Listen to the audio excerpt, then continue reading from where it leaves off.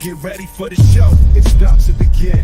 Pro fan talk when we dive right in. Sports talk, hot takes, ain't nothing we lack. We the real fans, nothing holding us back. Mic check, 1, 2, y'all know the drill. We bringing the energy, we keep it real. Touchdowns on liquid air, on the slam dunks on the court. Every sport, every game, we holding down the fort. We breaking down the plays, dissecting the stats. Pro fan talk, we keeping it fat. The thing with passion, no filter, no doubt. We the voice of the fans, we scream and we shout.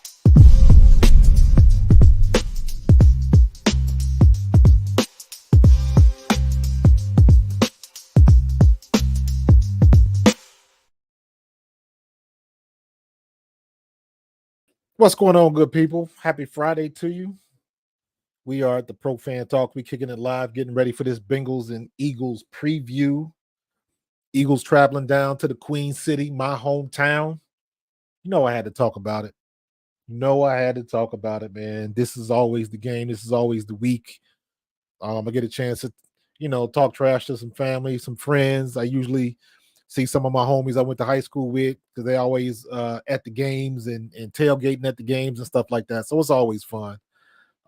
Yes, I bleed green, but I was born in the jungle, so I still rep my Bengals. I will fly Eagles fly and hooday all night long. I like to say skyline chili and cheesesteaks for everybody. So we like to keep things on and popping, man, because that's home for me. I'm trying to look for the I had a post up the other day. There it is. Hold on. I'm gonna bring y'all into this early. Hold on, check this out. So this was the post I put up the other day, and I was like, it's always a tough week for me. I played for the Eagles, but I was born in the jungle. Randall Cunningham, Eric Allen, Seth Joyner, those were my teammates. But I grew up on Chris Collinsworth, Anthony Munoz, David Fulcher, and Joe Montana breaking my heart at the end of Super Bowl 23. So, who they and go Birds all at the same time. So it's all good. It's enough love to go around, you know what I'm saying? So we're going to talk about the game, man. It's a lot of good stuff. It's going to be a good matchup, man. I know the Bengals are kind of reeling right now, but the Bengals are not a bad team by no stretch of the imagination. And this is going to be a tight game because Joey Burrow can sling that rock. Joe Cool knows what to do back there. Now, we know what Jalen Hurts, the issues that we've been having the last couple of weeks. We know he ran all over the Giants last week, but we ran all over the Giants. So there's some things that we got to look for, and there's some things that we got to do to kind of keep this momentum going. I don't see a reason why we should change anything up. Let me see. Hold on. My face cam, my visualizer is acting funky, and I don't know. Here we go. Let me see. Let me see if I can do this. There we go. Is that a little bit better? Oh, that's why. Hold on. There we go. That's a little bit better. There we go. I was wondering why I was in the back. But yeah, man, it's this is gonna be a good game. It's gonna be better than people think it will be. And the Eagles better be ready. That defense better come with the same fervor, with the same energy that they came with versus the Giants. They really need to do that. So I don't know what we could do different. I think Vic Fangio's got to have the boys ready because Joey Burrow is going to throw things around. And we probably got the two best wide receiver duos battling in the league right now. You got T. Higgins and Jamar Chase, and you got A.J. Brown and Devontae Smith. We get the edge because we got Saquon Barkley and we got Jalen Hurts that can run the ball. So it really depends on how we work out this offense. Are we going to throw the ball over the middle of the field? We still got to get those mismatches with Saquon Barkley getting matched up with a linebacker or putting A.J. Brown in motion to come up with the same results. The minute you can get him lined up or in motion where he ends up as a slot receiver, that benefits us. Afrado, need the same energy we had with the Saints plus the pressure we had with the Giants. Absolutely. Absolutely. 100%, bro. 100%. We got to get it. We got to get it right. But we've had 2 good games with our defense. And that's something to build on. So I don't think, at least I don't hope that Vic Fangio is going to change up too much. Although I do understand that this week we may get a little taste of Jeremiah Trotter Jr. Zach Bond is hurt. So don't be surprised if you see some combination of Nakobe Dean's going to be in there after his last game with the 2 sacks and the what he had 5 tackles. I think he did. He led the team in tackles. So Nakobe Dean has been balling the last couple of weeks. So I think that Trot Jr. is going to get a shot. Oh, you saw Blunt? You saw Bond is good to go? Okay. I hadn't seen that because I know all of this stuff is going to change probably tomorrow and the day after. I know he's still on the injury report, but we'll see what's going to happen. I know last I looked, he was questionable. I had a full practice today. Cool. Let me see. Injury report. Bengals got injuries too now. Let me see. Where my notes at? Hold on. Let me bring my notes up real quick. Open up another tab. I took a lot of notes on this game, man. But we got Bengals got some people hurt too. So you have I will let y'all in on this. Zoom in a little bit. Make it a little bit bigger. There we go. So Zach Bond, so he was listed as questionable, and I pulled this information about, I want to say about 3 hours ago. So about 3 hours ago. So Zach Bond, okay, looks like he's going to be good to go. Dallas Goedert, we know he's out. Mekhi Becton concussion. So he's probably going to be back next week, and that's good because he doesn't have anything, no knees, no shoulders, nothing like that. For Cincinnati, Geno Stone is out, or Orlando Brown is out, and somebody else was out too. I was looking at that. I had it somewhere else. But let me see. Giving up separation. Starters Cam Taylor Britt and DJ Turner outside and Mike Hilton in the slot. Taylor Britt is 30, but he had struggle season giving up. Nah, that wasn't. It was somebody else that was hurt. I can't remember where it was. I thought I had it in here, but maybe I saw it somewhere else. But that's what we have right now. So we still got some things to work out. But if Zach Bond's going to be good to go, so be it. But I'm still hoping that we might be able to see a little bit of Jeremiah Trotter Jr. I do want to see that. I want to see the kid get some snaps. I want to see what he can do. But of course, I'm not saying let's just put him out there just to put him out there. We need some time, and he got to be ready to play. That's the one good thing, though, that Vic Fangio has been solid with all year. He's been letting everybody know, like I'm just not throwing you out there. You got to prove to me in practice and by some of the things that you do that you are ready to go. And I like that about Fangio. You're not playing favorites. You saw why Devin White got up out of here. I'm still waiting to hear that story. I'm hoping he'll tell that story while he's in Texas, while he's with Houston, on what the hell happened while he was here. I have my thoughts. I still think it may have been some type of disagreement between him and Fangio or something like that, where they wasn't getting along. I don't know. I heard a rumor that he didn't want to play on special teams. I do not know. These are all rumors. And I'm not chasing around that guy named sources. So, hopefully we'll find out something else, but we'll see. So he ain't with us no more, so not our riddle to solve. But let me see what else you say, Alfredo. You say we need to build off the momentum we just had, run the ball, stick in the box, then show them our AJ and Smith. Yeah. We need to start with the run first. That's what we need to do.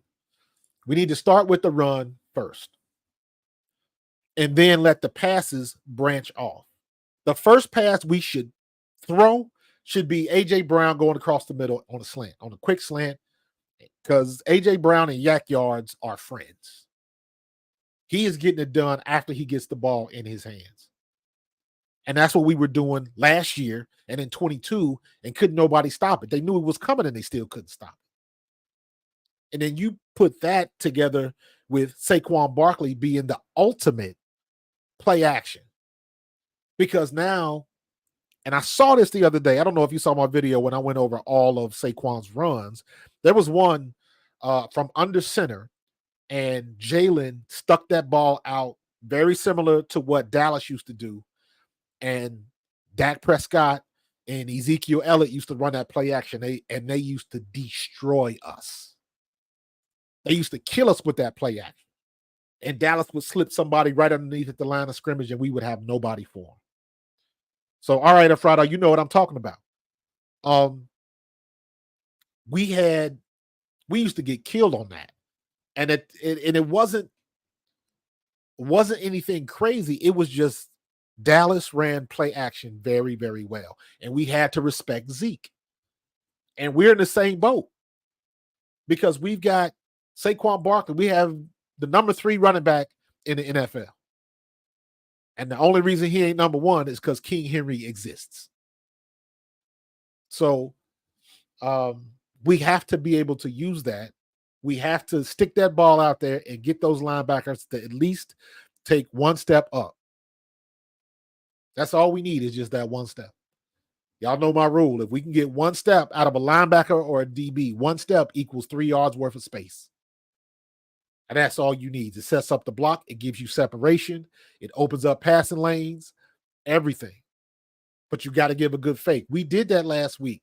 We didn't do it a lot, but we did it. I don't like the gun fakes and the gun runs because I'm a running back.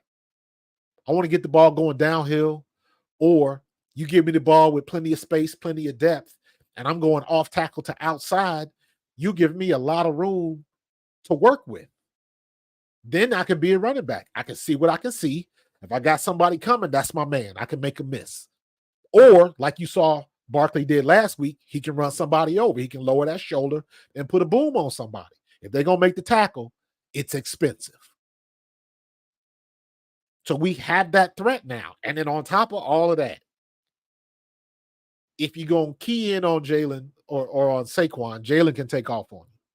So if they're going to put 8 men in the box, somebody got to be open in the second level. That's the chess match that we got to get right, man. That's the chess match that we got to get right. So I'm looking forward to it. Yeah, King Henry's in a whole nother world right now, bro.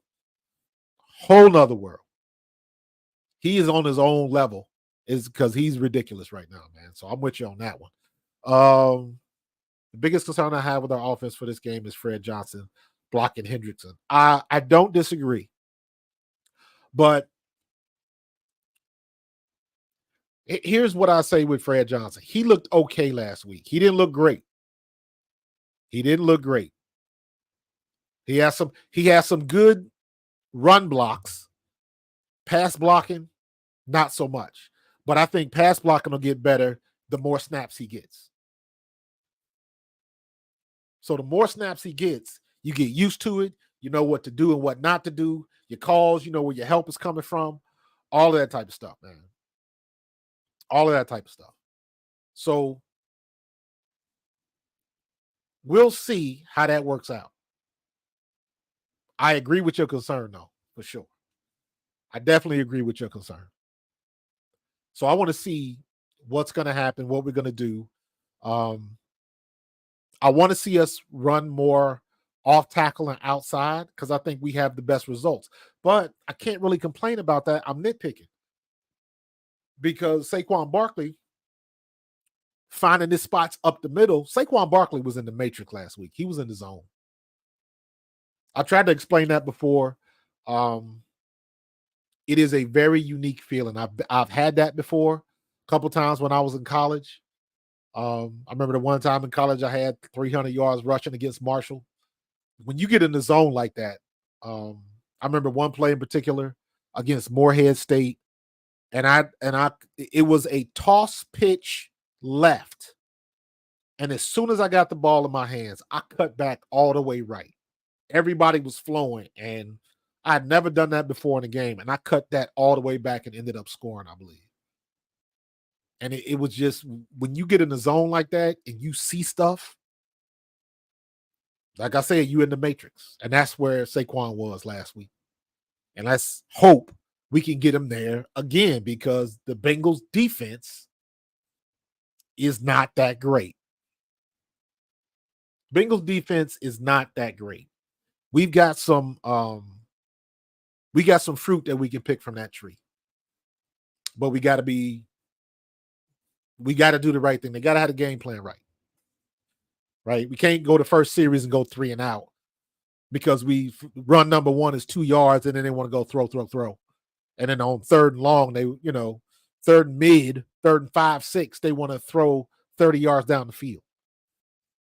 We got to be able to, what do they say, matriculate down the field, eat up some clock, and take advantage of our red zone situations. Even that game last night, the Thursday night game with Vikings and the Rams. Vikings was in that game, man. And if you remember, Sam Darnold hit, I forget what the receiver was. They would have been like on the 5-yard line. He probably would have scored. The ball hits him dead in the hands and he drops it. They had 2 opportunities in the red zone. I think one was good defense by the Rams. The other one, the receiver just dropped it. And I believe it would have tied the game at that particular time. So they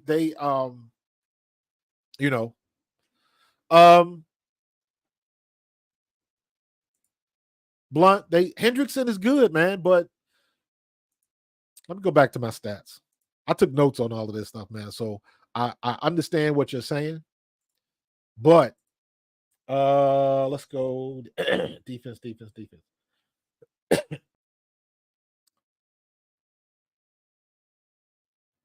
Bengals tackles. Where did I put it?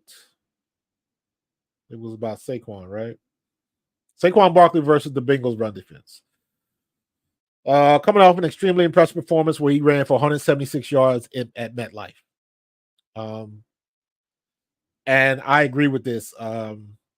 Everybody was talking about identity. Let's run the ball first. I don't get into identity. To me, it's common sense. If we're running the ball and they can't stop it, keep running the ball. I don't care if we only throw 14 passes. I'm good with that. Last year and the year before, 22 and 23, when Jalen Hurts threw the ball over 25 times, things got sketch. If you kept them below 25 attempts, everything was good because the run and the pass was even. And I think that's what they got to do now. I think last week may have been an outlier that it was so run heavy because Kellen Moore, you can go look at his track record. Kellen Moore has a history of having a balanced offense. There was one year when he was coaching with the Cowboys where I looked this up and I should have found it. At the end of the year, when you looked at all of the run pass plays, the difference was only like 30 plays for the whole year. That's crazy. That type of balance is crazy. All of the plays that they run, and there was only like a 30 to 50 play difference past the run. That type of balance, you don't really see that much because everybody's pass happy. But when you have a good pass attack and good receivers, and you got one of the best running backs in the league, you got no excuses, man. You got no excuses. But Yeah, the Eagles, as long as they don't get down, as long as we don't go down and the Bengals score quick and we trying to play catch up, that means we got to go to the air. That's going to hurt us. And that would be part of the Bengals game plan from any team worth their salt. The Bengals are 21st in run defense. 21st. But in terms of yards per game, they're 12th. That's the average. So teams getting X amount of yards per game, they rank 12th. But overall, their run defense is bottom of the pack. You figure anything past 16, you at the bottom half of the league. So what's up, Daniel Berry? So there's meat on that bone that we got to eat. Definitely. Now the Bengals have a better run defense than pass defense. The Eagles' strength for a lot of the season has been running the ball, and it can be a good way to neutralize the threat of Hendrickson coming off the edge. The Bengals have given up 3.27 yards after contact per attempt. I think we win that battle with Saquon. 9th highest in the NFL per NFL Next Gen Stats. So Barkley could run through some tackles because it sounds like the Bengals secondary is making business decisions. And Saquon Barkley loves business decisions. So that's going to benefit us. He's already got 658 yards rushing in 6 games. He is 2.2 yards over his average. So to do that, the offensive line has got to be moving it forward. So again, as sketch as Johnson was at that left tackle, we were getting the job done because you do remember his longest run was around that left side. So it's Johnson is going to be bipolar with his pass blocking and run blocking. Clearly, he is a better run blocker than pass blocker. And that benefits us if we have the same type of ratio pass to run like we did last week. I don't think it's going to be that drastic. I think we're going to throw the ball a little bit more, but it would behoove us to throw some quick passes this week. I don't understand why we don't do it. We still got to bring it back through the middle. AJ Brown is the king of yak yards after the catch, man. Get him on that quick slants, get rid of the ball quick. It doesn't matter if it's AJ, Devontae, whatever they want to do. They got to get the ball out of Jalen's hands with the quickness. He's got to be less than 2.5 seconds every play. Hopefully under 2. Because the best quarterbacks are getting rid of the ball on time, on target, and it's benefiting us. Everybody's looking at that Tampa Bay game. Everybody's watching that tape of Tampa Bay. So we got to be better than that.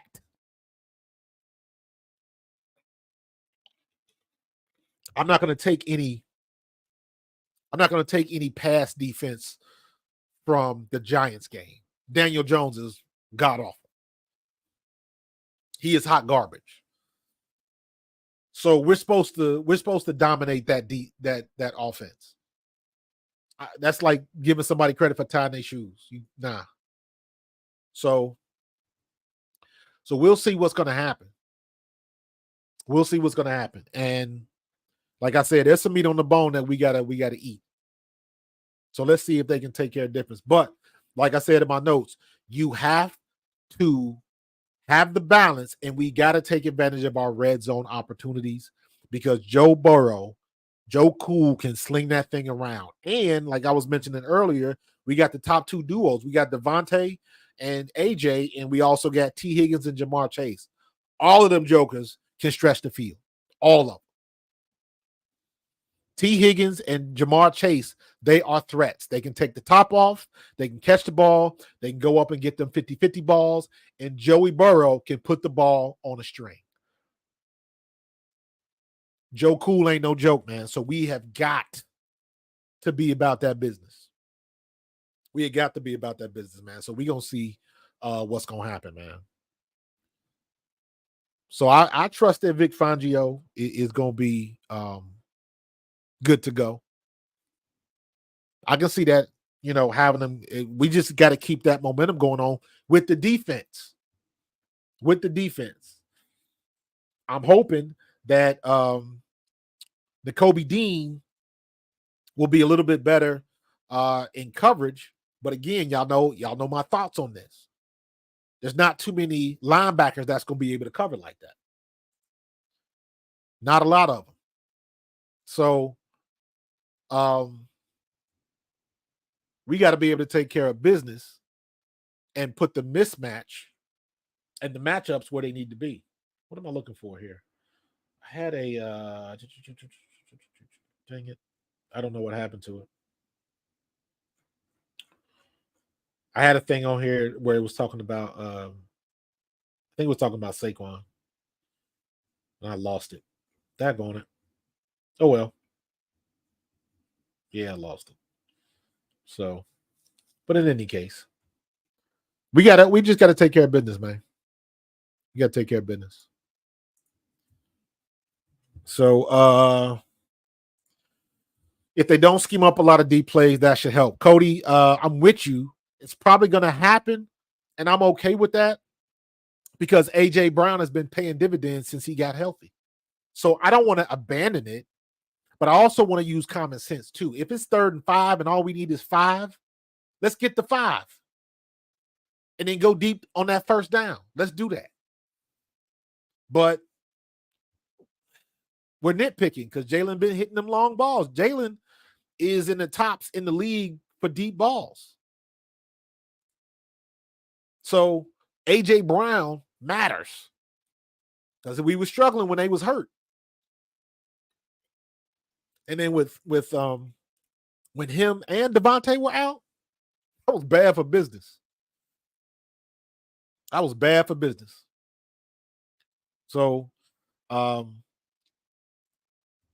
winning this game on the road versus the top 5 quarterback and those wide receivers will let me know if contender. I agree 100%. 100%. This will be. Will this be our, even with the record, will this be our toughest opponent?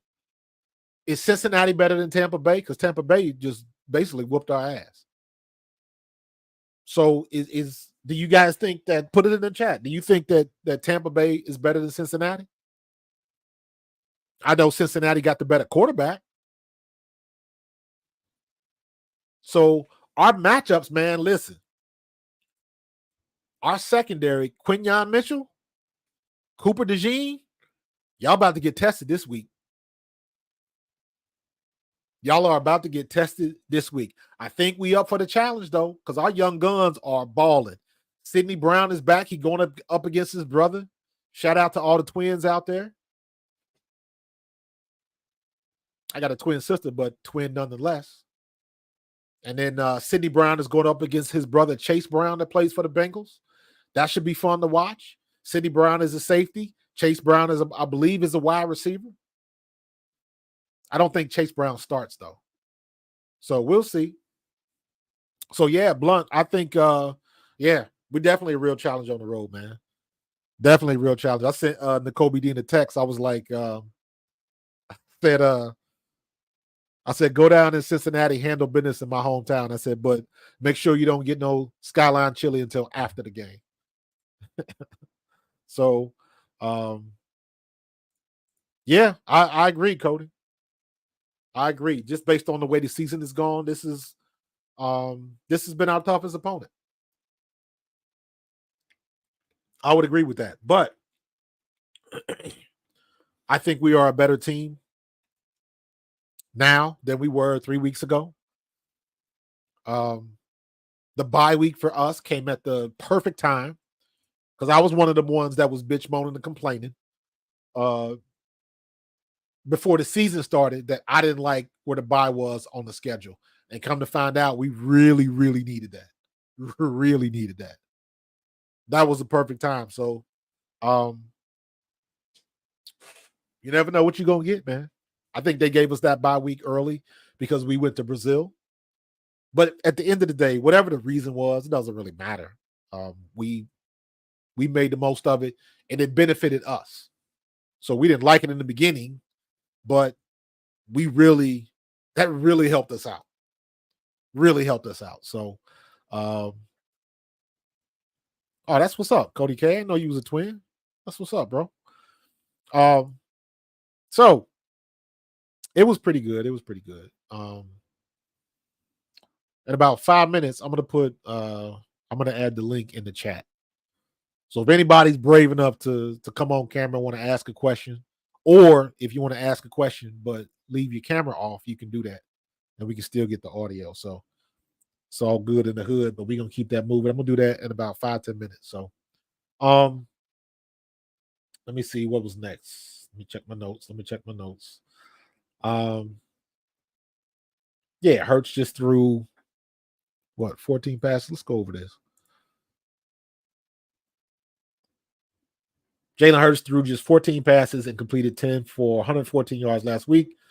The Eagles passing game is 27th in the NFL. So we bottom of the bucket. So we struggling with that. But I can live with that because Saquon's doing what he's doing. I can live with that when Jalen Hurts is not turning the ball over. Because you don't have to throw 1,000,000 yards. And even with Jalen Hurts tossing the long ball like we've been doing, in my opinion, the long ball is overrated. Because we'll have better success, in my opinion, at least more consistent success by the short to mid-range passes, getting it out of your hands quick. And I think when you do that, even with getting it out of your hands quick, that still sets you up for play action a little bit better. Because if you get rid of the ball quick or you drop it back, giving it to Saquon, and again, the whole purpose of all of that is just to bring your linebackers up one step. That's all you got to do. And even in that Giants game, I believe I pointed this out on one of the plays on my tape, that this was after his first big splash play. And they did a play action pass where was it Kenny Gainwell? I can't remember what happened. But no, I think what it was I believe it was a gun left. I believe it was a gun left. And Saquon took a hard step to his left and came back to the right off tackle. But I remember both the linebackers flowed to the first step, the first hard step, and it just created a space. And you could see later on in the play that one step that the linebackers took the wrong way gave the pulling guard. I believe it was a pulling guard and Calcaterra. It just gave them time to get around the corner. It set up the blocks. I'm saying all that to say that one step set up the blocks a little bit better. So yeah, we gotta stay with it. We gotta be logical in it. You know what I'm saying? We can't. If Barkley's run it till they stop it. That's the rule, man. Run it till they stop it. So I don't know what else. I don't know what else has to happen. I know everybody's been using the identity word. I heard what's his name, played for the Patriots, Teddy Bruschi, talking about that on Get Up this morning. And that's something that they label in the media. I don't care. You go with what's working. That can change on the dime. If you watching film and all of a sudden your next 3 games, all 3 of those opponents have weak secondary, then A.J. Brown and Devontae need to eat. If you come up against 2 or 3 teams and all of their defensive line is trash, then Saquon Barkley needs to eat. To me, it's that simple. It does not have to be complicated. With the offensive line that we have, we should run on anybody. Anybody. The Giants had a pretty decent defensive line. We ran them. Now they couldn't get no help from Daniel Jones, but we ran on them. So you can put the labels on it, but just be smart. Just be smart. And I think we're gonna get past our I don't know, phobia. What do you want to call it that we can't score in the damn first quarter? Whatever that is, I think we are going to exercise that demon in Cincinnati. Hopefully. Hopefully. So we'll see what's going to happen, man. We'll see what's going to happen. But right now, we are going to let me switch back to my wings. And I'm going to put the link in the chat. And if anybody want to pop on, I can see you. I can bring you on. And we can see what we can see. But let me see what else. AJ Brown versus the Bengals corners. The Bengals have the 21st ranked pass defense in the NFL, and they have been getting by without starter Dax Hill. That's the other guy I was trying to think about, Dax Hill. He was lost for the season when he tore his ACL. So that was the other injury I was thinking about. So you got a starter out. And Taylor Britt, third-year starter, but he's struggling. So, yeah, that's somebody that you have to attack. If you already know he's struggling, you gotta attack. Let me give me 1 second. I'm gonna run a test real quick. Hold on for 1 second. I need to check one thing.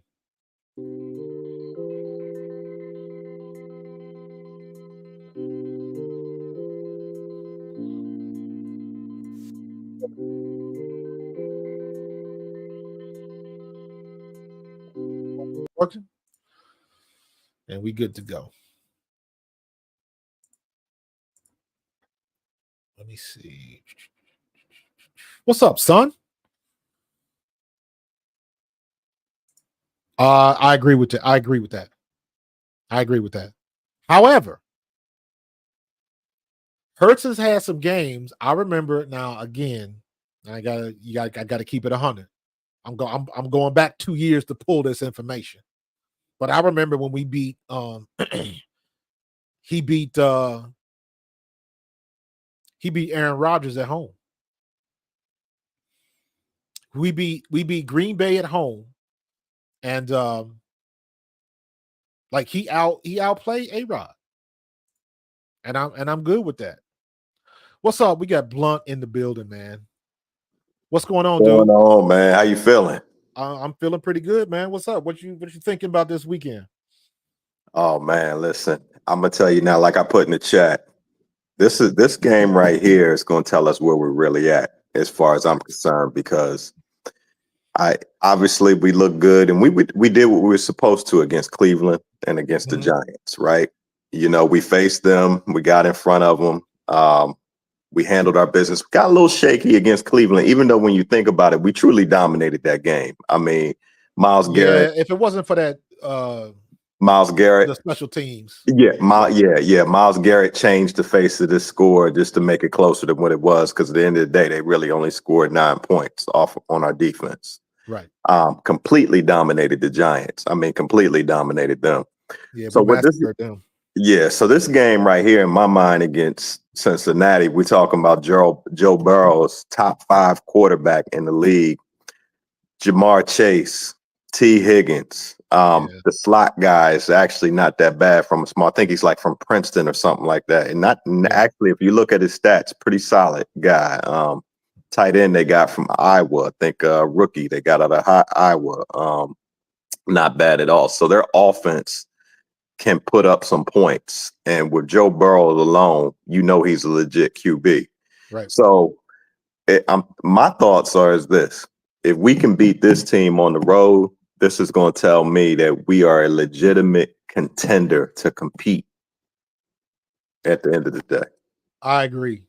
And the one thing that I'm looking for, I don't see Jalen Hurts out dueling Joey Burrow, but he doesn't have to.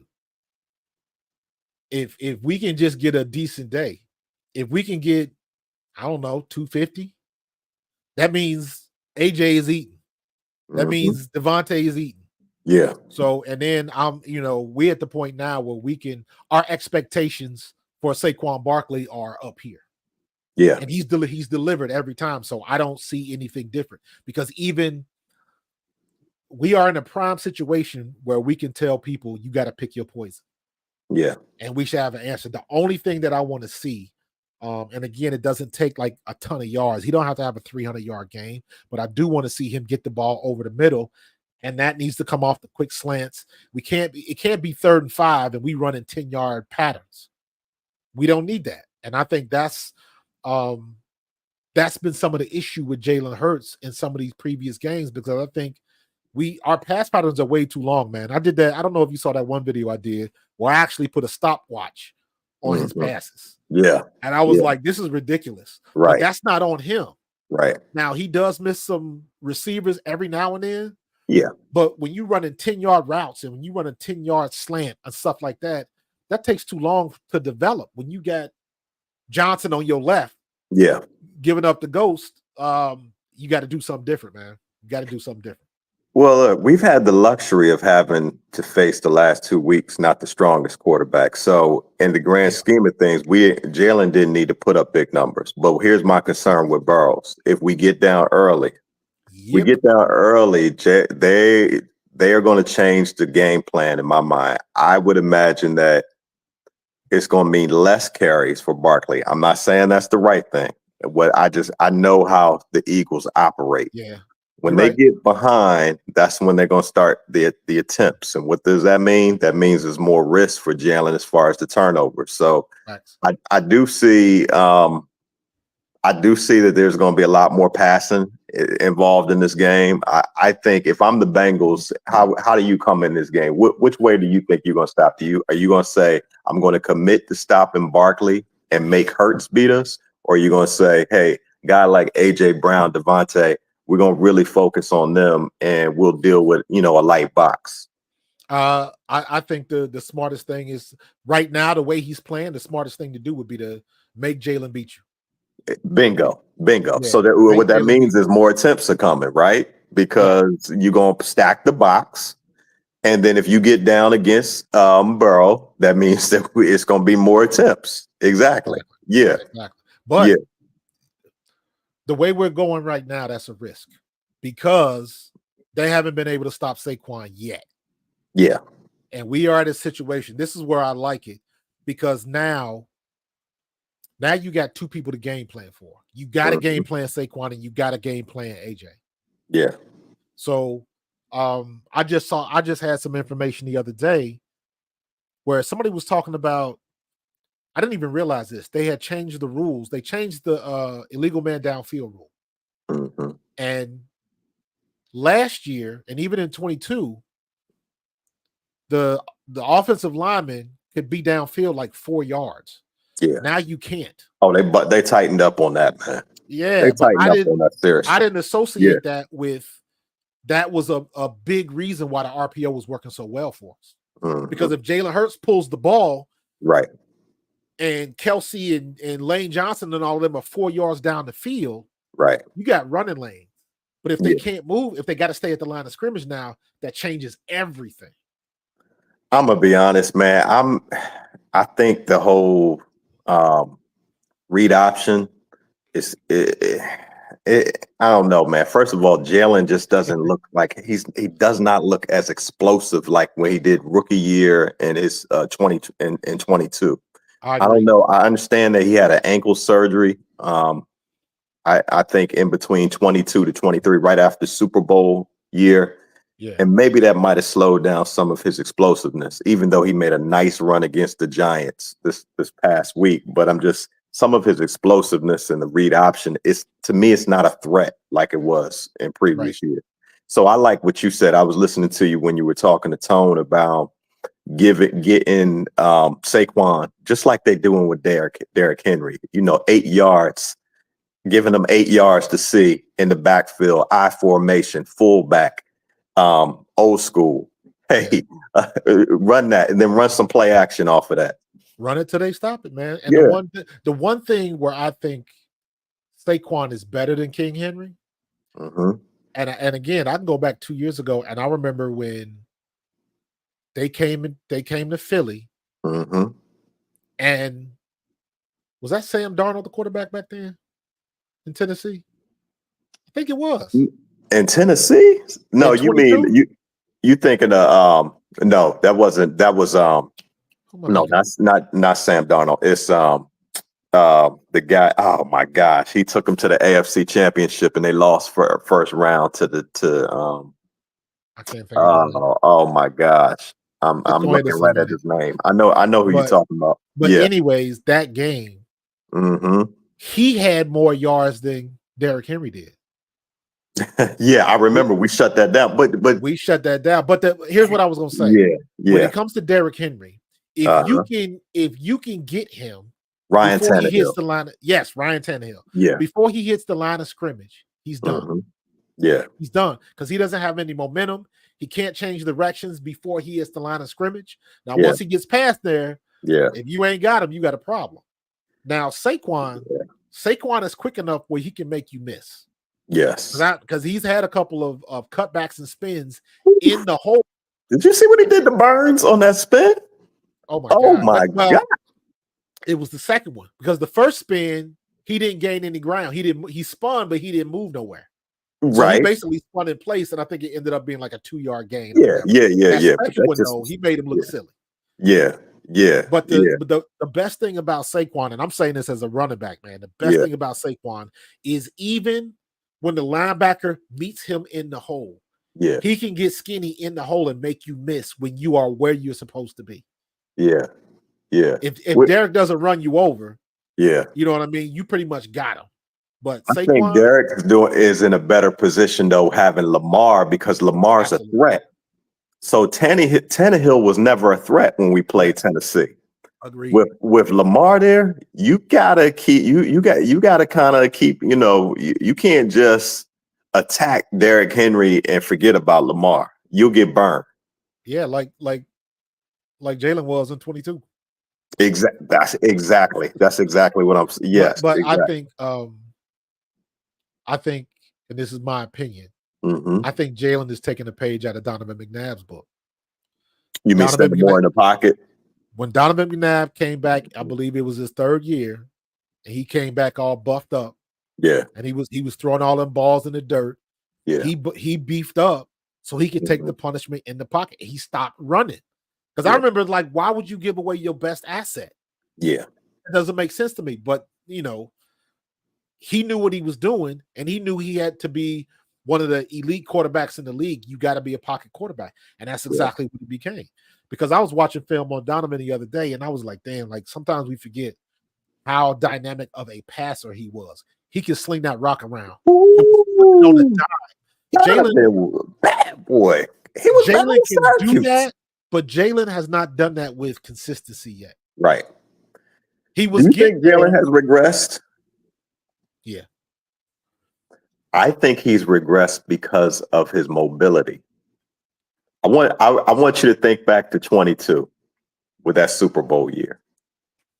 What to you, in my mind, the biggest thing that has changed is his mobility.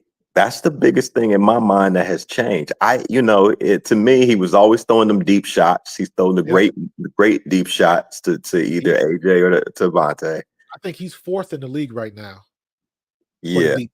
He's top five.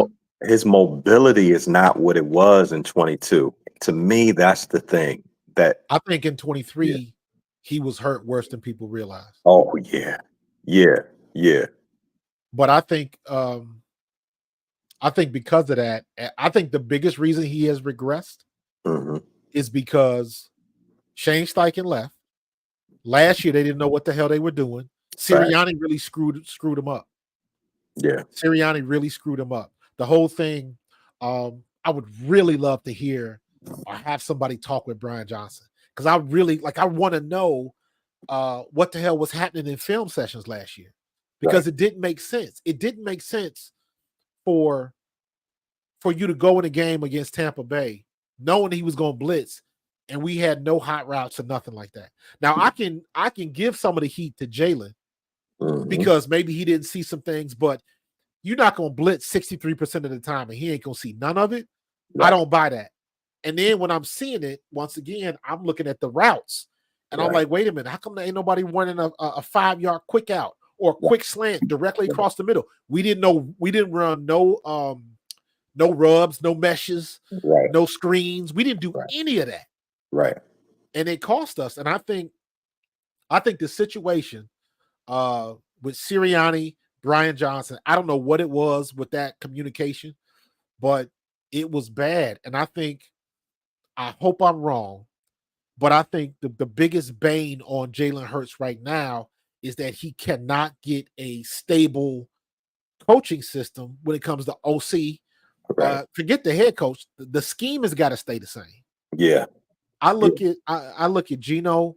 I look at Mahomes. You look at Stafford. You look at Brock Purdy now. They've had consistency in their offense.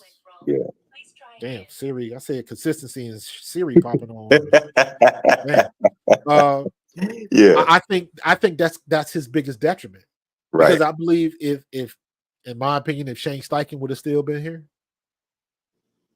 and people forget that Nick Sirianni was a last minute choice for us. We didn't want Nick Sirianni.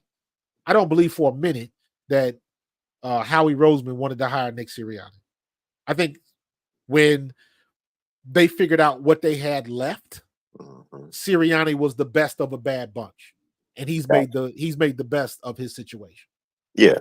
But if you look at the timeline, when Doug Peterson got out of there, everybody had already made the decisions. Right.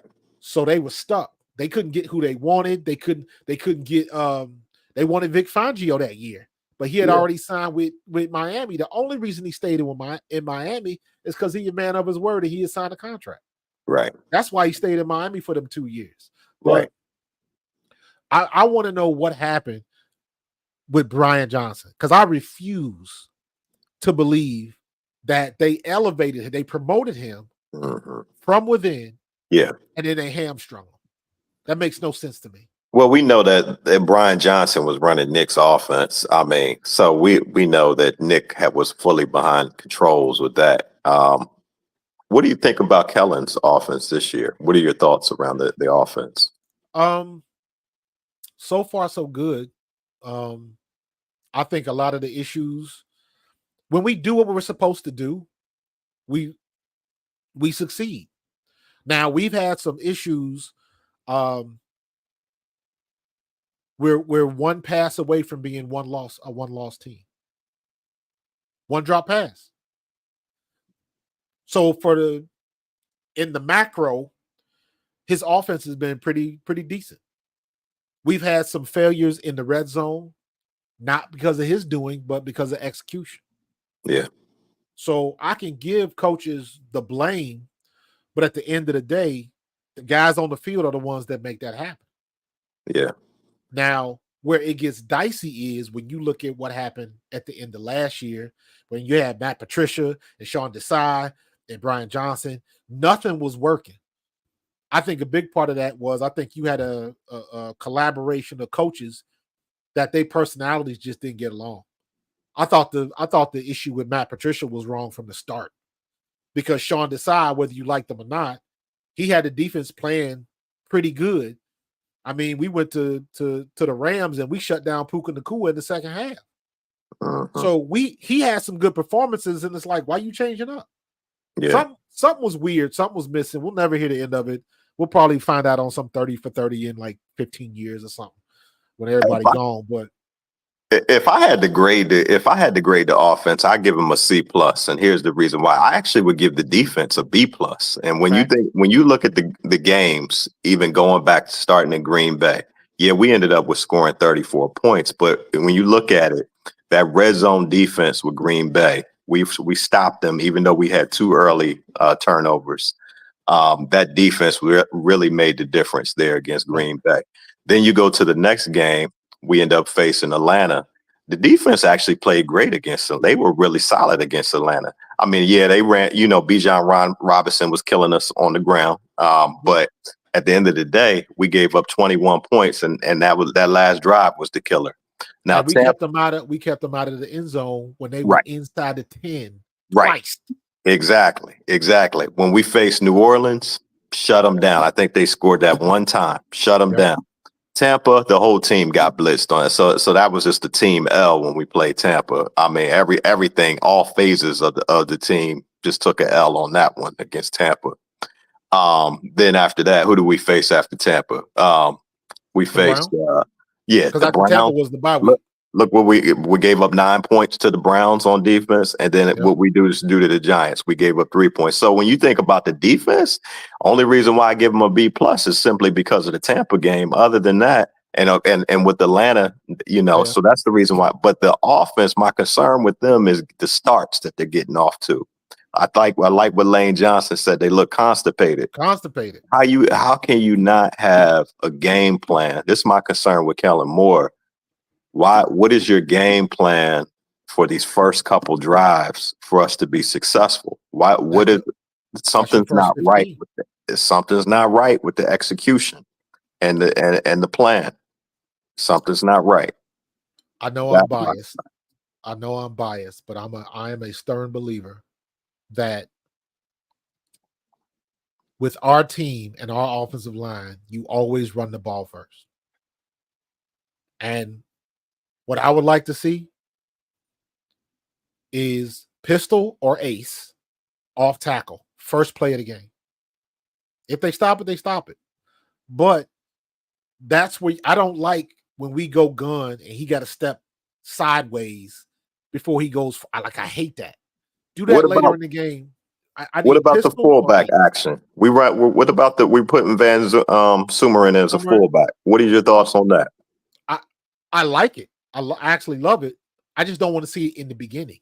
Work your way up to that because in the at least when you're in ace or you in pistol, at least you still have the threat that you might pass. Yeah, you still have the threat of a play action. If you put Van Sumer in there, I doubt they're gonna send him out in the pass pattern. So I know what pistol is. What is ace? Ace is when you just got one back and Jalen's under center. Oh, okay, gotcha. That's ace formation. Gotcha. Pistol, when he's back there, when he's already back there, right behind.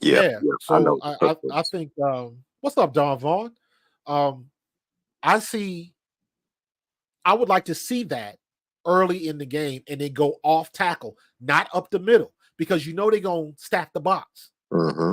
They're gonna do that. But the problem with that is to get good play action, going behind Lane Johnson. That means if he does do play action, that means he's got to roll out to Johnson's side on his left. So I got to see what he's going to do against what's the tackle's name for Cincinnati? Oh, Henderson. Yeah. So the DN. He's got to be able to hold his own. Yeah. Oh, I put that in the chat. That's my biggest concern. He's the one person. Look at their stats for Cincinnati. This man got 7 sacks, and the rest of the team, they got 2. Yeah. So, but he's been up and down. His run blocking is good, his pass blocking not so much. But I just think I am never gonna doubt Stoutland. Never. Yeah. If Stoutland kept him for a reason. So I guarantee they've been in film session. They're trying to get right. I just wish this is a situation where I really wish we still had Hassan Reddick. Because if you can go against Hassan Reddick every day, you can handle anybody. And actually on that side, he's going against Sweat because Hassan will go against on Lane's side. He would go against Sweat. But my thoughts are why not put Jack Stoll over there since Goddard's out. Why not put Stoll over there, and give him some help? You can, but listen, the film that I've watched, Yeah. Our tight ends do not block well at all. None of them. Not even Stoll. I know not Calcaterra. I know not him. But I thought Stoll. None. I thought that was his specialty. Stoll is average at best. At least the some of the plays, I can go back and look at some more, but some of the stuff that I've seen, I wasn't impressed. Like it wasn't like I didn't have the confidence. Like, okay, I know he gonna, stop that edge from coming, or I know he's gonna hook him. I know he's gonna get that block. I don't have that confidence with none of our tight ends. Well, look, I don't mean leave Stoll out there one-on-one. I mean help Fred Johnson out. Like they double. Yeah. They literally use him as a chip him or something. Help him. Yeah. So let me be honest with you. After seeing what he did at fullback, I would rather put Van Sumeren in motion. Yeah. To the strong side, and to your point, let him help out the tight end. I would rather see that because I mean, there's no misunderstanding. You know what we're trying to do. Mm-hmm. Mm-hmm. Right. We can't let you beat us. Disrupt this game. We can handle everybody else. You just can't beat us. Yes. So if everybody else on the defensive line only have 2 sacks, right, I'll take those odds. Yeah. Just get a boy on your left some help because we gonna need it. And if he balling like that, we have to have an offense where Jalen's got to get rid of the ball quick. We back to that again. Right. Which goes kind of back to Kellen Moore. And I know I was talking about this earlier. I remember looking up these stats last year for a video I made. This was, I want to say Kellen Moore is, I don't know, second or third year with Dallas. And I looked at the whole year, all of the pass plays and the run plays, and it had to be like a 30-play difference. That's how balanced he was. Mm-hmm. Like, that is incredible. Yeah. And we can get that same type of balance. Now, last week was a unicorn. I don't think that's going to happen again unless we just come across a team and we just, Lane Johnson and the boys is just mopping them up. Mopping them up. And I think we're in a situation now where our offensive line, the more they run the ball, the better they get. And I think the pass blocking is finally going to catch up. But just keep running the ball because they can't stop it. That goes back to what we're doing on the other end, though, to stop Burrow, though. Is this going to be a shootout? Or because if this becomes a shootout, are we going to be patient enough to stick with the running game? Right. And to prevent it from not being a shootout, our secondaries have to be on point. How would you handle Chase and Higgins? Would you press them? Would you zone them? How would you handle them? Start out with a zone. And then the first couple of series, you're trying to figure out what they can and can't do. They trying to figure out what they can get away with. And they trying to find the weakness. They trying to find the weakest link in the secondary. And for the last couple of weeks, it's been Slay, really. Because he coming up gimpy or something like that. So I think Slay is still one of the fastest people in the secondary when he's healthy. Yeah. Avonte Maddox, he can't stay healthy. CJ Gardner-Johnson, he's feast or famine. Yeah. Because he can come off and knock your head off. Yeah. He can also come up, try to knock your head off, and get hit with a double move. Right. Right. Right. So he's feast or famine. I like I like what he brings to the defense because he's bringing that swag and that attitude. But I need you to pick the ball off, man, and stop taking Sidney Brown's picks. So well, he took Quignon's pick. Quignon. Yeah. But what I like CJ closer to the line. I like him if he's going to get up on the tight end, press that tight end a little closer. Absolutely. I don't like him like a linebacker. Yeah, I don't like him all out of space. Mm-hmm. I don't like CJ. I prefer Reed back there in the space. Roman. And be honest with you, I like CJ closer up the press, to be honest with you. I want to see what they're going to do. Quignon is as advertised. In my opinion, the jury's still out on Cooper DeJean. Yeah. But I like what I've seen thus far. Yeah. So the one good thing is Fangio has been solid on what he said in camp. Like, if you gonna play, you got to show me what's going on in practice. Yeah. So he ain't just throwing, which is why Devin White didn't get no clock. But he's not just throwing folks out there unless it's an injury and stuff like that. And then I need to see more of Keely Ringo. I totally a video popped up on my YouTube timeline, and it was a video of Keely Ringo running the 40 at the combine. And I was like, holy crap. I totally forgot how fast that kid was, and he can hit. All the tools. You know, Keely was only 20 years old when we drafted him. Yep. So he's young. He's younger than Quinyon. He's younger than Quinyon and has an extra year of experience on him because he was so young and he came out as a junior, you know. So he's still, even though Quinyon's is a rookie, he's still younger than him. Right. The only thing about Keely, I'm wondering how polished he is. He can be a little handsy. Yes, he can. But everybody's like that. Vets are like that. Yeah, So I'm not gonna take that away from him, because you tell me give me one good corner that's not, from Sauce Gardner on down. Everybody's putting hands on. So far, Quinyon looked like he moving his feet out there. You know, he looked like he's moving it like the other guy they drafted for Detroit right behind him, Terrion Arnold. That dude is a flag machine. That dude is a flag machine. I'm glad we didn't end up getting him, because I know there was a debate between should we get Quinyon or should we get Terrion Arnold. That guy right there is a flag machine. Every time he go out there, I see him pass interference or holding or something like that. I feel like Quinyon's actually using technique out there, moving his feet, moving his hips, you know, not out there. You know, he's physical, but he's not doing it in a way that's costing us. He's not. Quinyon is at the point where he's not thinking. Yeah. His pick was justified. Yeah. I think Cooper is going to get there. He just hasn't been on the field enough. Right. But I think to me, Cooper DeJean is a faster version of Reed Blankenship. They both got that high IQ. Quinyon is the same way because he plays smart, and I think he's got the tools to, you know, if he gets beat, he knows how to make it up. But this week, this will be the first duo where they are really, really tested. Yeah, and I'm telling you, I know you don't know much about this slot they got, new guy, rookie. I can't remember his name, like some Italian type name. Not bad at all.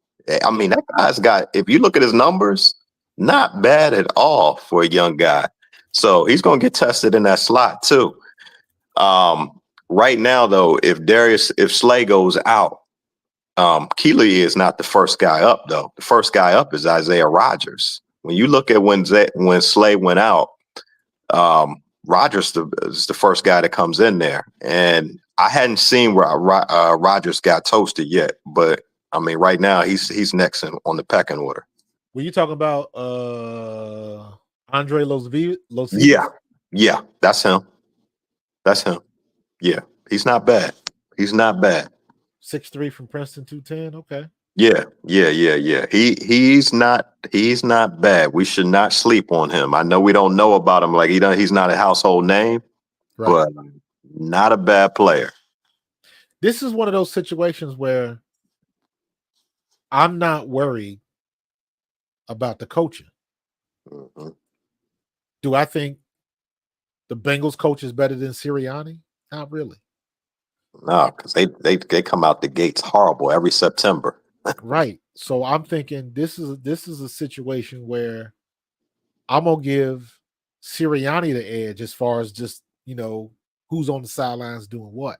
Because sometimes now we going up against San Francisco or somebody, we're at a disadvantage. Yeah. But I think Nick can get it done. Just keep his hands off and do what he got to do. You think he gonna make it the next year? I'll tell you this: if we make it to the NFC Championship or further, yes. If we do not make it to at least the NFC Championship, I think this is it for Nick. I think if we don't make it to the championship game, if we are in the hunt, I think it's going to come down to how we lose. So you're saying like if we go round 1 and we lose by like a field goal, that he'll be back? If we get to round 1 or round 2, if we get to the second round of the playoffs, Okay. it's gonna come down to how we lose. If we go out there and look like we did versus Tampa Bay and like Yeah, we he ain't have gone. practice, He gone. he He gone. gone. He gone. Yeah. I think he learned the lesson with the antics and talking smack on the sideline. Yeah. Because I think But, he just kind of shortened his own leash with that. but we both agree they got to make the playoffs. Number 1, Yeah, right? yeah, definitely. That's like a must. They Yeah. gotta make the playoffs. That's number And 1. we can't go out like we did last year. Because last year, I didn't think he should have been fired at the end of last year. But if they had have fired him, I would have understood. It would have been justified. Yeah. Like how can you not have your team ready? Everybody and their mama was talking about how much they were going to blitz, and they did exactly what everybody thought. And it literally looked like we never practiced it. Because I was like, I don't even know if I want to blame that on Jalen. Yeah. It looked like we didn't practice the blitz. And it was a fireable offense for the way he handled that defensive coordinator situation and put in Matt Patricia. That's a fireable offense. I think so. Absolutely. Yeah. Especially when you talk about Philadelphia, a team that's known for the defense. Yes. Yes. I mean, the way we looked after Matt Patricia got in there, that was fireable. I didn't understand that when they hired him. Yeah. I knew that was a problem as soon as they brought him in. Because I know being in a situation where if you are on a team, because this has happened to me, and they sign somebody, and now you got another running back in the room, and you know there is no misunderstanding. That dude is trying to take your job. That's right. Right. That's just the way the game works. That's and for him to do that and be a consultant, and I was like, is he friends with Patricia? I'm like, where is this coming from? Right. That's what I didn't understand, because I thought the side was doing a pretty decent job. They had somebody, that was familiar with what Fangio wanted to do from his tree and all that kind of stuff. And I thought he was doing a decent enough job. Yeah, I thought so too. What was struggling. So I didn't understand that at all, man. But it had to be some crazy conversations in the film room. It had to be just like a clash of concepts, because it wasn't working at all, and it showed. Yeah, I think that was more of a lack of trust in Sean Desai than it was more of, hey, let's get Matt Patricia in here. I think then why'd you hire the man? You know what I mean? Why'd you hire the man in the first place? You don't trust him. Why Matt Patricia though? Yeah, exactly. What in his resume made you think that he was going to be a somebody good? I know it was a problem, but from the whole, yeah. But look at the results though. Yeah. And then with the whole situation with him and was that Slay? When he said when they were in Detroit, back in Detroit. Yes. Like, right. I'm not feeling him. Yeah, that didn't make no sense at all. Yeah. I was like, was that Nick doing that? Was right. That Howie doing that? Right. And you got to give me an explanation, bud. Yeah. No doubt. Cody K, I'm with you. 12 personnel, definitely. 12 personnel, and every now and then they're gonna throw some 22 up there and have Kenny Gainwell and Saquon going at the same time. But even when they do that, they got to be able to take advantage of it. Sometimes they don't take it. If I see 22, somebody better be screening. Somebody better be screening. Are we not good at screening? Like, remember back when Brian Westbrook used to be on the screen and the way we used to run the screen? And I don't know when you were Eagle back in your day, if you used to run the screen much, but back in the day when we used to have Shady McCoy, Brian Westbrook, we used to be like premier screen team. Like now we can't. It's like we can't execute the screen. Listen, man, if Randall can run it with damn Herschel Walker, we can run it now. Listen, was it last year? It was 2 years ago. At the alumni game, I remember I was trying to get connected with Darren Sproles. Yeah, and because I want to ask, I'm like, dude, like when you were here, all we had to do was get you the ball. Now I know you asking a lot for somebody to do what Darren Sproles could do.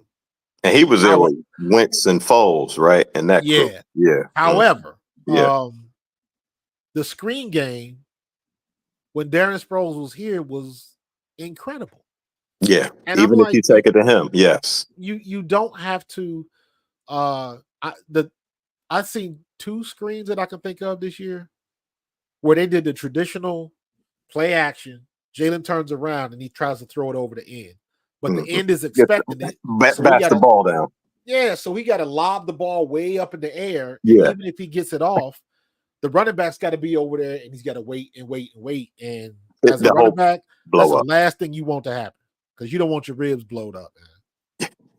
So we can't do no inside screens. We can't do no tight end screens. I remember what happened last year against the Jets when we ran a tight end screen and they blocked and intercepted. And I was like, what in the hell is going on? Why can't we run the screen? We have not run it effectively at all. Yeah. And I don't understand that. Well, especially when you got somebody like Saquon. I was wondering if it's something like if it's something Jalen can't execute. I mean, I know he's I don't believe that. I don't agree with that. Okay, I know he I see can. Cody K just put that up.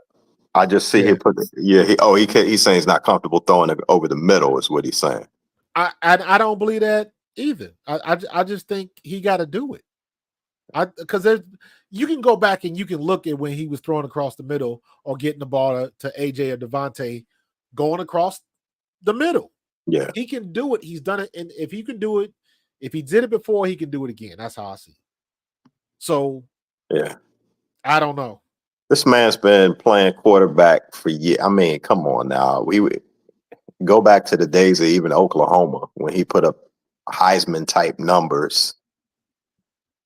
I know he could throw across the middle. Like, I don't have any doubt. I'm wondering if he's having a problem seeing under the big boys like Becton. He's a tall guard. I'm wondering if he's having a hard time seeing over him. Now, Tyler Steen is a little bit more. Yeah. That makes sense because if you've ever, I believe that's what happened when he missed Saquon on that wide down by the end zone. Okay. Now, granted, on that particular play, Saquon is not the first read. That's what people got to. That's right, because he's looking right. He's looking straight at for sure. Right. Yeah. Saquon is not the read. Check down. He should check. Saquon is the check down, and really Saquon. Hopefully, if he's going out on the wide, if the defensive back doesn't have him, he's trying to pull that linebacker out of the middle. That's what the wide is for, and it's just on that particular play, nobody covered him. Mm-hmm. But if that's not your read, I think I will say, I think Jalen goes through his progression too slow. Bingo. That's it. Because by the time you get back to Saquon, he's scrambling over to the left. Yeah. Have you noticed that? And again, this is my opinion. The reason why Jalen is taking all of these sacks is because he is trying to stay in the pocket. He is consciously trying to do that. And he is staying in there until there's nowhere left to go. Yeah. And he's just taking the sack as opposed to trying to get out of the pocket. And I think his brain is dueling with stay in the pocket and get rid of the ball or try to run. But the last time he tried to do that, he got strip sack. Well, I say it's a tale of 2 seasons so far because I've seen a Jalen that bails out normally to his right most times, who normally when he gets pressure, he normally bails out. But it seems like since the bye, since somebody talked to him about the turnovers, I feel like now he's like, okay. And that could also be due to Mailata as well. It's kind of like, okay, let me go ahead and just let me not cost my team. Let me just go ahead and go down. And I feel this pocket starting to collapse. Yes, but also you got to remember, and this is where I say the other guys get paid too. This is part of the game plan because they can bring up stats on when he rolls to the right and rolls to the left, what the passing percentage is. You definitely don't want him running to the right because that's his strong side, easier to throw the ball, and it's easy for him to take off and run. He's faster. You're always faster on your dominant side, right? That's right. Yeah. So if you look at the defensive ends, when they bring in a defensive pressure, when that defensive end sets the edge, if it's a pass pattern, you notice all the defensive ends, they trying to come to depth. So if he's dropping back 8 yards, they're trying to get to his depth, but they're not trying to over pursue because That's what they right. don't want to do is let him come underneath. You're right. So that's when you heard them concepts last year, the muddle rush, the mud rush, where Yeah. everybody would come up and then they would stop. Right. They would just stop right there, and then there was nowhere for him to go. So for him to roll lane out to the integrity. left, yeah, he had to run Yeah. backwards 2 or 3 yards to get around them. Yeah. So people game plan that. Yeah. Yeah. So they'll give up the, him being in the pocket, and that's when you get the coverage sacks and things of that nature. So everybody's getting hip to the game. Yeah. Yeah. Yeah. No doubt. So it's a Coach. lot of stuff on there, man. Definitely. A lot of food on that bone that we still got to eat with, bro. For sure, for sure. I appreciate pulling up with you, man. I see my battery going low. I was just looking. I was like, man, my battery going low on my phone. But it's all good. It's yeah, all good. man. I could chop it up like this all the time, man. This is what I love to do for sure. I'm trying to do this more. Because I'm kind of taking off. There's another guy I've been going back and forth with. But it's been with basketball. Okay. Because he talks WNBA and stuff like that. Got it. He's got this format. I was like, I like that because he can get a lot of people, and he's get like over 100 people in the stream. He'll have like 9 people on stream at the same time. Nice. So I'm trying to get into that format where I can get people more engaged. So I'm trying to go back and forth with the Facebook groups and stuff like that. So I'm trying to build it. So I will be doing this more and more. So hopefully it'll grow. Nice. I'm gonna keep. Man, I want to see you. I want to see you grow, man. I know I sent you a couple suggestions to your absolutely, body, man. So I want to see you grow. I tell Tone the same thing, man. I love what you guys are doing. You talking the Eagles, that's my kind of stuff, and I just love to come in there and talk it with y'all, man. So it's all good. For sure, man. Appreciate it, brother. Appreciate it. All right, later. You got it. So yeah, man, we cannot leave all of that meat on the bone, man. Can't do that. And they got to be able to handle business. Got to be able to handle business, man. So this is one of these situations where if the Eagles do what they can do and don't try to deviate, there's no reason why we can't win this game. Joey Burrow is going to connect with somebody, but we have to limit it and slow him down. Defense has got to play up to snuff, period. Defense has to come through this week. Our secondary is going to get tested. The young guns in the secondary, the young Eagles, are going to get tested. So Cooper DeJean, Quinyon, Sydney, got to bring your A game this week. Got to bring your A game this week because it's going to matter. And this will be if we can get that same type of dominant win on Cincinnati, that's a good look. And that's where you want to be. So that will be a good launch point for some really real confidence in the team because you've beaten a good team. You're not looking at somebody like the Browns. You're not looking at somebody like the Giants. And even when you're looking at the Browns, we struggled with that a little bit. There's no way we should have struggled with that. Some things happened. And we, special teams gave up the ghost, but still, that game should not even be that close. And the game with the Giants was the first time I saw all 3 phases of the Eagles making it happen. Offense, defense, special teams could not be stopped. And we have to continue with that. So I think we can do it. I think it's going to be a good game. But I think the Eagles are going to come out on top. So we'll see what's going on. Make sure you stay tuned. Tomorrow, there'll be some college football stuff going on. And I think Sunday morning at 10 a.m., me and Tone will be connecting for the Eagles pregame show. We try to make that an every week thing on game day. So that should be fun. But I appreciate everybody from getting in. Don Vaughn, Sun Seed, S. Blunt. I appreciate you, brother, for jumping on. We are going to do the call-ins. I'm going to try to do that every week because I want to be able to engage a little bit more.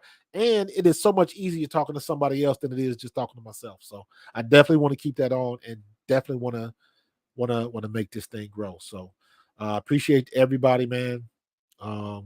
Chris, you just got here, man. How you gonna just got here, dog? All right, Cody K. Next time, jump on in, man. Chris, you missed the call in, bro. That's Blunt was here, man. I'm gonna be doing this again. Maybe I should make this like an every Friday thing. I don't know.